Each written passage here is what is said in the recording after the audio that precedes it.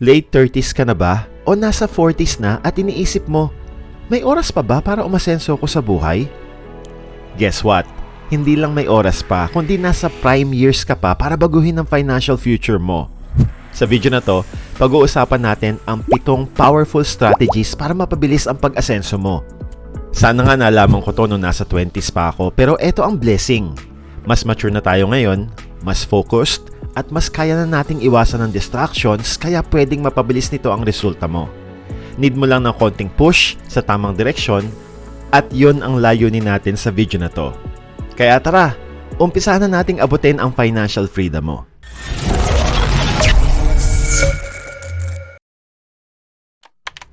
Number 1, automate your savings and investments. Alam mo ba kung bakit mas madaling gumastos kaysa mag-ipon? Kasi ginawang sobrang dali ng mga credit card companies ang pagbili. Wala kang mararamdamang friction, isang swipe lang, tapos na. Pero pagdating sa pag-iipon o pag-i-invest, ang daming proseso, parang laging may hadlang. Kaya ang resulta, nauuna ang gastos kaysa savings. Kung gusto mong mag-build ng wealth, kailangan mong baliktarin ang sistema. Tanggalin mo ang friction sa savings at investments mo. Paano? Automate everything. Mag-set up ka ng automatic transfers sa savings o investment account mo. Kahit 10% ng sweldo mo lang muna, basta consistent. Ang goal, yung hindi mo na kailangan magdesisyon buwan-buwan, iniiwasan mo ang excuses, tinatanggal mo ang friction. Nasabi mo na ba to dati? Dapat mag-i-invest ako ngayong buwan kaso may mga gastusin pa. Tapos next month, ganun na naman yung rason. Ang ending, ilang taon nang lumipas, wala pa ring naiipon. Masakit pero totoo. Kaya wag mo nang intayin na maging ready ka pa.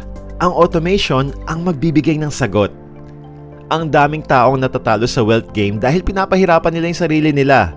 Pero ito ang sikreto. Gawin mong automatic ang proseso at ikaw mismo ang magpapadali ng pag-asenso mo. Number 2, diversify your income streams. Sa edad na late 30s o 40s, hindi na sapat ang umasa sa iisang source of income.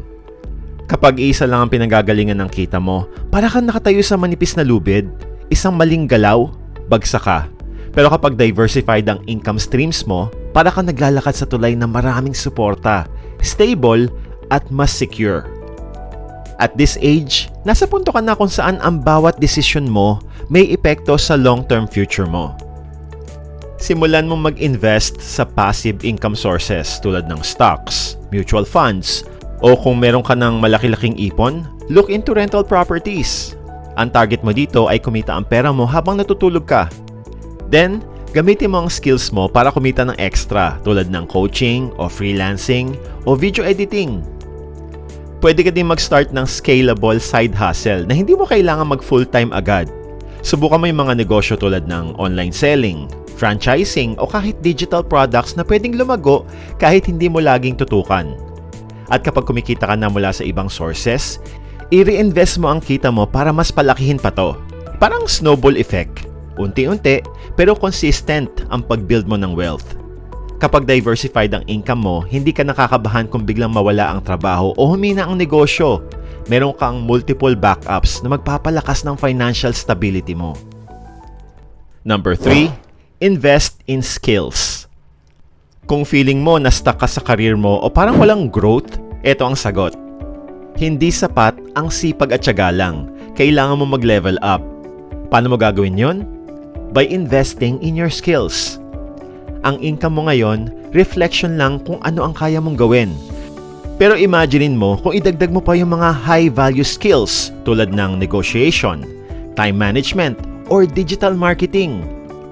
Biglang dadami ang opportunities at tumataas ang kita mo. Hindi dahil nagtatrabaho ka ng sobra-sobra, kundi dahil naging mas valuable ka sa marketplace. Hindi mo kailangan gumastos ng malaki. Maraming online resources tulad ng YouTube at e-books na pwede mong simulan. Tandaan mo lang na hindi lang aral ng aral. Dapat i-apply mo agad sa projects, freelance gigs, or kahit sa small business mo. At stay consistent. Hindi overnight success ang pagbibuild ng skills, pero kung consistent ka, magugulat ka na lang nasa ibang level ka na. The more you grow, the more opportunities will find you. Invest in yourself dahil ikaw ang ultimate asset mo. Number 4, prioritize your future over material things. Alam mo, napakadaling mahulog sa trap ng mundo ngayon. Anong trap? Social media. Punong-puno kasi ito ng flashy cars, designer bags, at extravagant lifestyles. Pero para kang ba talaga ang lahat ng yan? Para sa long-term happiness ba? O para lang sa likes at validation ng iba? Kung gusto mong talagang umasenso, stop scrolling. Itigil mo na yung paghahabol sa perfect life na pinapakita ng iba. Yung mga material na bagay na yan, panandalian lang ang saya niyan. Pero kapag inuna mo ang future mo, yung happiness ay panghabang buhay.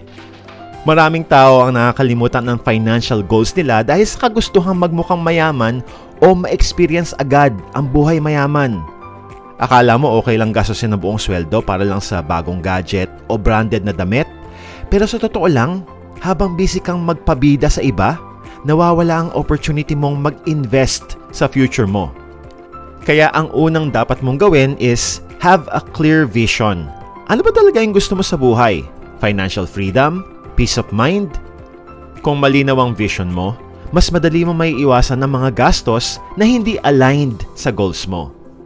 Next, mag-budget ka for what matters. Hindi masamang mag-enjoy pero siguraduhin mong may parte ng sweldo mo na napupunta sa investments, savings, at self-improvement mo. At lastly, delay gratification. Huwag mo ipagpalit ang long-term success para sa panandaliang saya. Yung kotse o bag na gusto mo, pwede mong bilhin yung mga yan kapag stable ka na. Ang success sa buhay, parang paglalaro ng chess. Sa chess, tahimik kang gumagalaw. Hindi mo kailangang i-broadcast ang bawat plano mo. Ang tanging oras na magsasalita ka ay kapag sinabi mo na ang checkmate. Ganyan dapat ang buhay. Tahimik kang kumikilos, iniipon ng resources mo, ini-invest ang oras at pera mo sa tamang bagay. Sa dulo, hayaan mong ang success mo ang magsabi ng checkmate. Yan ang tunay na asenso. Number 5, be selective about debt. Sa edad na 30s o 40s, nasa punto ka na ng buhay mo kung saan bawat utang na kukunin mo dapat may direksyon at dahilan. Kapag nasa 40s ka na, wala nang oras para sa trial and error pagdating sa utang. Ang maling utang sa edad na to pwedeng magpabaon sa'yo at sayangin ang precious time mo. Kasi kung 40 ka na, ibig sabihin you have 20 to 25 years to build your financial dreams or less pa if you want to retire early. So kung 5 o higit pang taon nito gugugulin mo kakabayad ng maling utang, medyo mahihirapan ka ng umasenso. Pero ang tamang utang naman, pwede kang dalhin sa financial freedom. Kaya kailangan piliin mo kung alin yung makakatulong sa'yo at alin ang sisira sa future mo. Ang common mistake ng maraming nasa 40s, ginagamit ang utang para sa temporary pleasures, travel, gadgets o pang-shopping. Tandaan mo, kapag hindi mo pa kayang bilhin ng cash, ibig sabihin hindi mo pa siya afford kaya tiis-tiis muna. Dahil ang mga utang, sasama pa yan sa stress na hinaharap mo sa buhay. So how to use debt wisely in your 40s? Number 1, only borrow for productive reasons. Ang utang mo dapat may return. Pwede itong gamitin sa negosyo, rental properties o training para i-upgrade ang skills mo. Pero kung pangluho lang, it's not worth it. Number 2, set clear limits. Sa edad natin na to, late 30s to 40s, kailangan natin ng discipline. Huwag kang papasok sa utang na hindi mo kayang bayaran nang hindi naapektuhan ng budget mo. Number 3, prioritize paying off high interest debt. Kung may credit card debt ka, unahin mong bayaran to. Ang interest na yan ang kalaban natin sa pag-asenso. At number 4, focus on building wealth, not financing lifestyle. Gamitin mo ang utang bilang tool para palaguin ang pera mo, hindi para gumastos sa mga bagay na nagde-depreciate agad ang value. Ang good news, sa edad na to, mas marami ka nang alam kaysa dati. Alam mo na kung alin ang dapat at hindi dapat gawin. Ang kailangan lang ay maging strategic ka. Utang na magpapalaki ng kita mo, hindi utang na magpapabigat ng buhay. Number 6, Plan for both health and wealth. Napansin mo ba kung gaano kahalaga ang maintenance na isang kotse? Kahit gaano to kaganda, kung pabayaan mo, hindi ka nag-change oil o hindi mo pinapa-service, ano mangyayari? Masisira agad, di ba? Ganon din ang katawan natin. Pwede kang magtrabaho ng 16 hours o higit pa kada araw, mag-save, mag-invest, pero kung hindi mo inaalagaan ang health mo, darating ang panahon ikaw din ang titirik na maaga. Hindi na makakaandar. Maraming well-off na tao ang nagsisisi sa huli. Kasi ano ang point ng pagyaman kung ang pera mo ay mapupunta lang sa hospital bills, gamot at therapies? Wealth without health is like owning a mansion you cannot live in. Kapag malusog ka, mas efficient ka magtrabaho, mas may energy ka para harapin ang mga challenges at mas productive ka sa lahat ng aspeto ng buhay. Ibig sabihin, ang kalusugan mo ang tunay na puhunan mo para maging successful sa bawat areas ng buhay mo. Simulan mo na ngayon. Planuhin mo ang wealth mo habang inaalagaan ang health. Importante ang regular check-ups, exercise, balanced diet at proper rest. Ito yung mga bagay na hindi mo dapat tinitipid. At syempre, huwag mong kalimutang pitikin yung like button kung may napupulot kang aral sa video na to. Salamat! At number 7, get comfortable with risk. Picture this. Nasa isang cliff ka, hawak ang harness at sa harap mo may isang zipline na magdadala sa'yo sa kabilang side. Isang lugar na puno ng opportunities at success. Pero sa likod mo, ang comfort zone mo. Safe, pero walang growth. Anong pipiliin mo? Hahakbang ka ba? O mananatili ka sa likod dahil sa takot mo? Kasi ang totoo, the biggest opportunities are often on the other side of fear. Ang risk, hindi yan simpleng sugal. Ang risk ay opportunity na may uncertain na outcome. Ang tanong dito is, paano mo ma-handle ang uncertainty? Kasi sa totoo lang, ang hindi pag-risk ay isa ding risk.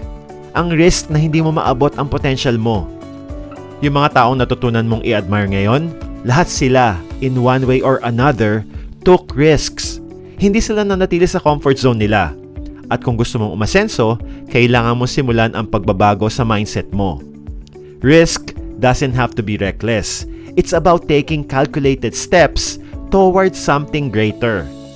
Pag nasa late 30s ka o 40s ka, minsan iniisip mo, kailangan ba talaga? Hindi ba delikado? Pero ito ang point of view ko. Kung hindi ka magte-take ng risk ngayon, kailan pa?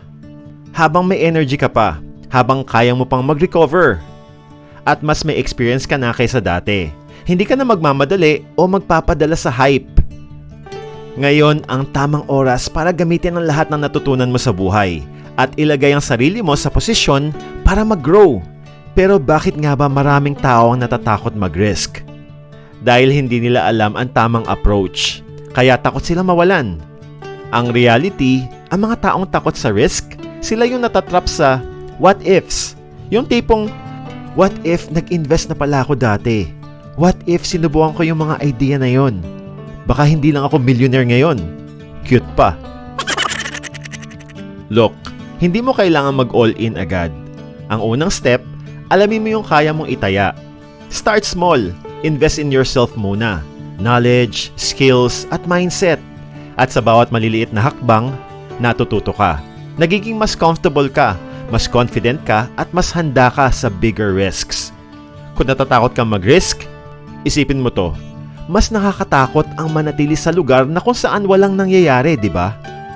Ang growth, laging may kasamang uncertainty, pero ang reward, malaki kaya worth it. Ngayong alam mo na kung paano yakapin ang risk na may diskarte, oras na para simulan mo to sa tamang paraan. At saan ka dapat mag-invest ng oras mo at pera? Dito, sa 5 bagay na hindi mo dapat tinitipid kung gusto mong umasenso. I-check mo na agad yung mga to. Maraming salamat sa panonood. Peace out!